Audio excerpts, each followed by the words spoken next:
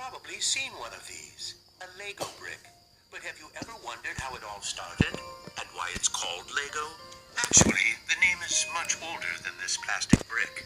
Are you curious? Let me tell you how it all began. Many years ago, there was a skilled and hard-working carpenter named Ole Kirk Christensen. Ole was a respected carpenter with his own company, but times were hard, so he didn't have much money and had to dismiss his last worker.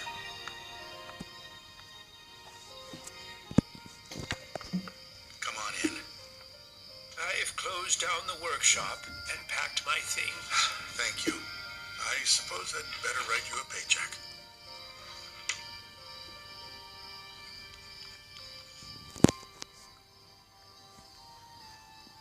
Take care.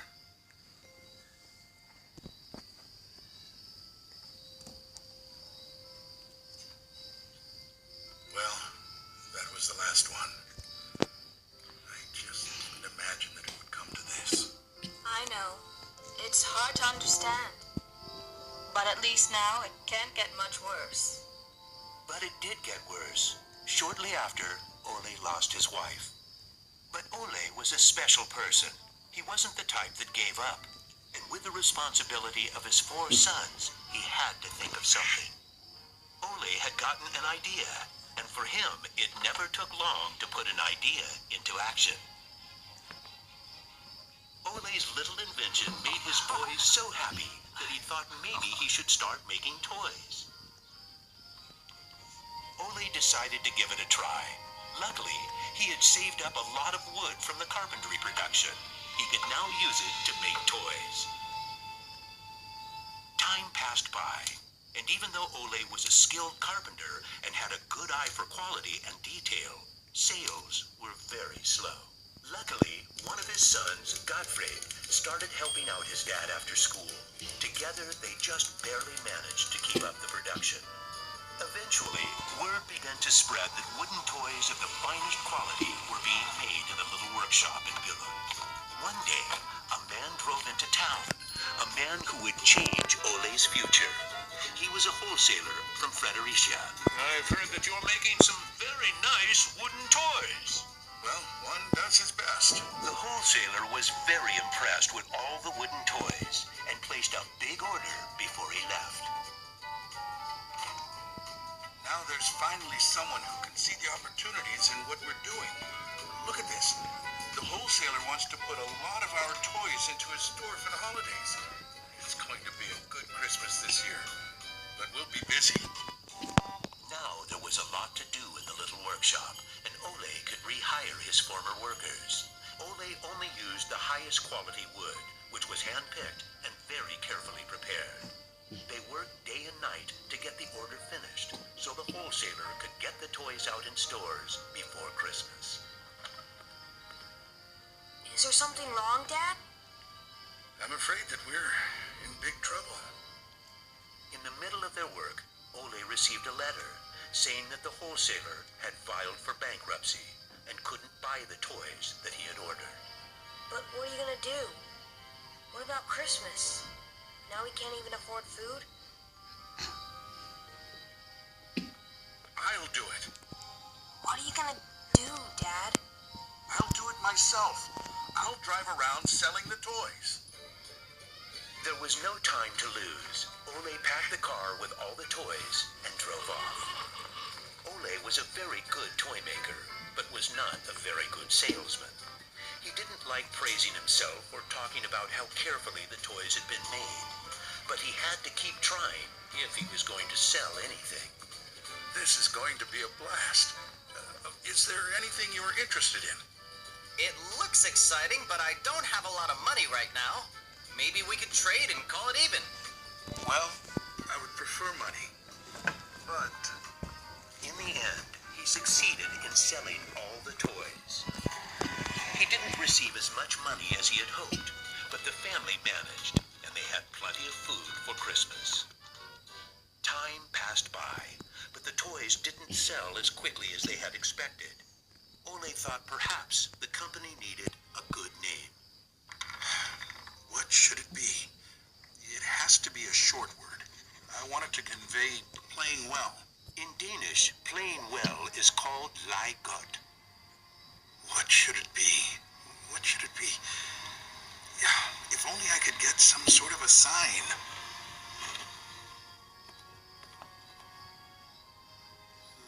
Lego. As you can see, Ole himself ended up finding a very suitable name. But what he didn't know was that in Latin, the word Lego means I put together. The name Lego was well received, and the company slowly started to move forward. We have made 3,000 crowns this year, and we have more orders than usual. Did you say 3,000 crowns?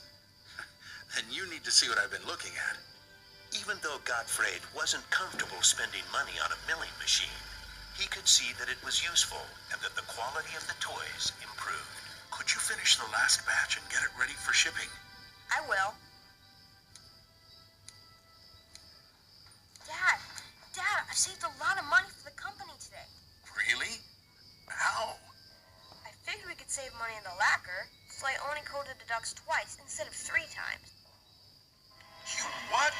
Unfortunately, Gottfried's idea didn't go over well with Ole.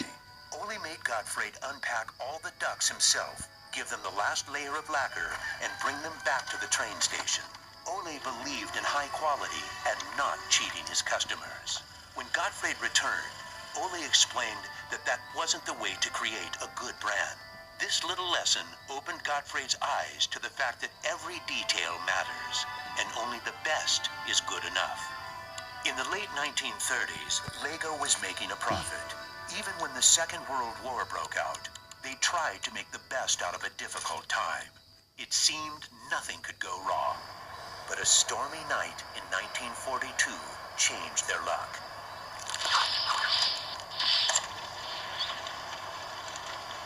There's a fire! The workshop is on fire! But when the firemen arrived, they were unable to save the workshop. It burned to the ground, and all the drawings and models were destroyed. Ole was beginning to lose hope. All that he had worked for was gone, and he almost lost his company. But being responsible for his children and workers inspired him to rebuild Lego. A new factory was constructed. Soon the production of wooden toys started again. The little company fought its way back into the market. Gradually, the Lego factory began to run smoothly, and Ole started looking for new challenges. One day, he went to Copenhagen to look at a new machine that had just arrived in Denmark. It was a plastic molding machine, and Ole was very excited about it. Should we buy it? It sure is a good bargain, and it will give us a lot of opportunities. Well, it does sound interesting, but it is a lot of money. I'll take that as a yes. When the plastic molding machine finally arrived, Ole started making little plastic teddy bears and rattles. But he still had the plastic bricks that he had received at the fair. There was something about them that he couldn't stop thinking about. And even though no one else could see the potential in them, Ole decided to redesign and put them into production. But it was when Lego first launched the Gray Ferguson tractor that the plastic toys became a success. Unfortunately, the sales were dropping during the summer, and the company had too many toys in stock. This can't be right. Of course our products can be sold the whole year, not only for Christmas. Gottfried decided that he would go out and sell the toys himself. Gottfried brought his wife Edith as company and moral support. If you can't get cash, then, we need butter and eggs. Well, it wasn't that bad. Gottfried was a success in his trip around the country, which helped Lego to get out of its financial crisis. They reached home just in time for Ole's birthday party. Ole turned 60, and the whole family was gathered to celebrate with him. Well, I guess it was a long trip around the country. Hey, I got an idea. Listen. What about a picture with the 3 generations? Everyone thought that was a good idea, and we were placed on the sofa with all the presents and flowers around us. On a business trip to England, Godfrey met the head of a big shopping center on his way home. They discussed the toy industry, and the conversation would be very important to the future of Lego. Damn this industry. I just think that toys are no good nowadays. What do you mean? I think they're working very well. Oh, they work fine, sure, but there's no system in anything. System? System? There isn't any system. What in the world are you doing, Godfrey? There isn't any system. The toys need an idea and a system built around it. I want to put system into play. Children have only been offered ready-made solutions. They need something different that will strengthen their imagination and creativity. So you're trying to put Lego into a system? Interesting. That same year, Lego started producing the first Lego system of play. Children could now build houses from the Lego bricks. The town plan gave play a realistic town setting, and with this, children learned about traffic safety. My sisters and I could play with the new Lego system for hours. Some people said we were the luckiest children in the world because we grew up in a toy factory. It was a huge breakthrough, and Godfrey decided to try selling it outside of Denmark. The system of play was so popular that they managed to sell it to many countries. Look what I just built. That is really nice, Kel. Even though Lego was meant for only building houses, there was still a lot of opportunities. There was just one problem. I can't lift it up. It keeps falling apart. That made Godfrey wonder. He wanted to find a way to make the Lego bricks stick together, but that was easier said than done. Godfrey noticed that the Lego bricks got a better clutch power with tubes inside. Now it was no longer just bricks, but a whole construction system with endless possibilities. This was groundbreaking for the Lego product.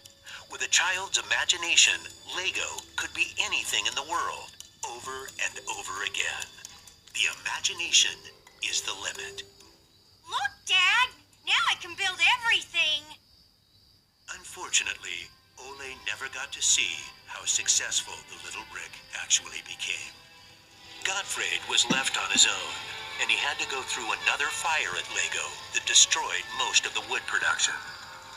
Just like his father, Godfrey knew that he had to try to get the best out of any situation and never give up. Godfrey took the hard times with his head held high. As sales grew, the company also got bigger. He had to think ahead, and he decided not to resume the production of wooden toys and to only focus on the Lego system. It turned out to be a great decision. Many new models were built, and Lego got stronger in the toy industry. Sir, which one of these do you think is the best? That one. Even though it got busier at Lego, Godfrey still had bigger plans. Now he wanted to build an airport, so it would be easier to sell his toys to the whole world. Like father, like son. It didn't take long to put his idea into action. Only 3 years later, Billund Airport was open. The many guests and business connections who visited the company always wanted to see the modeling department. Gradually, it got so crowded that it was hard for the employees to keep up their work. I think we better wait a while. Godfrey could see that something had to be done. He needed a bigger place to display the Lego models. I don't want to interrupt, so I'll just put this package of our new Lego train, on the table. Just put it there. Train? The idea grew quickly from an exhibition room to an amusement park. And then we could have a tower so you could look over the whole park from above. The whole town. It will be a land made out of Lego. Legoland! Well, it looks interesting, but how many visitors are you actually counting on? Well, I guess, 200, 300,000? 300,000! Even though it sounded like a lot, my dad was actually pretty far off the mark. There were 600,000 guests the very first year. My family and I were there to greet the guests. We've kept up this tradition ever since.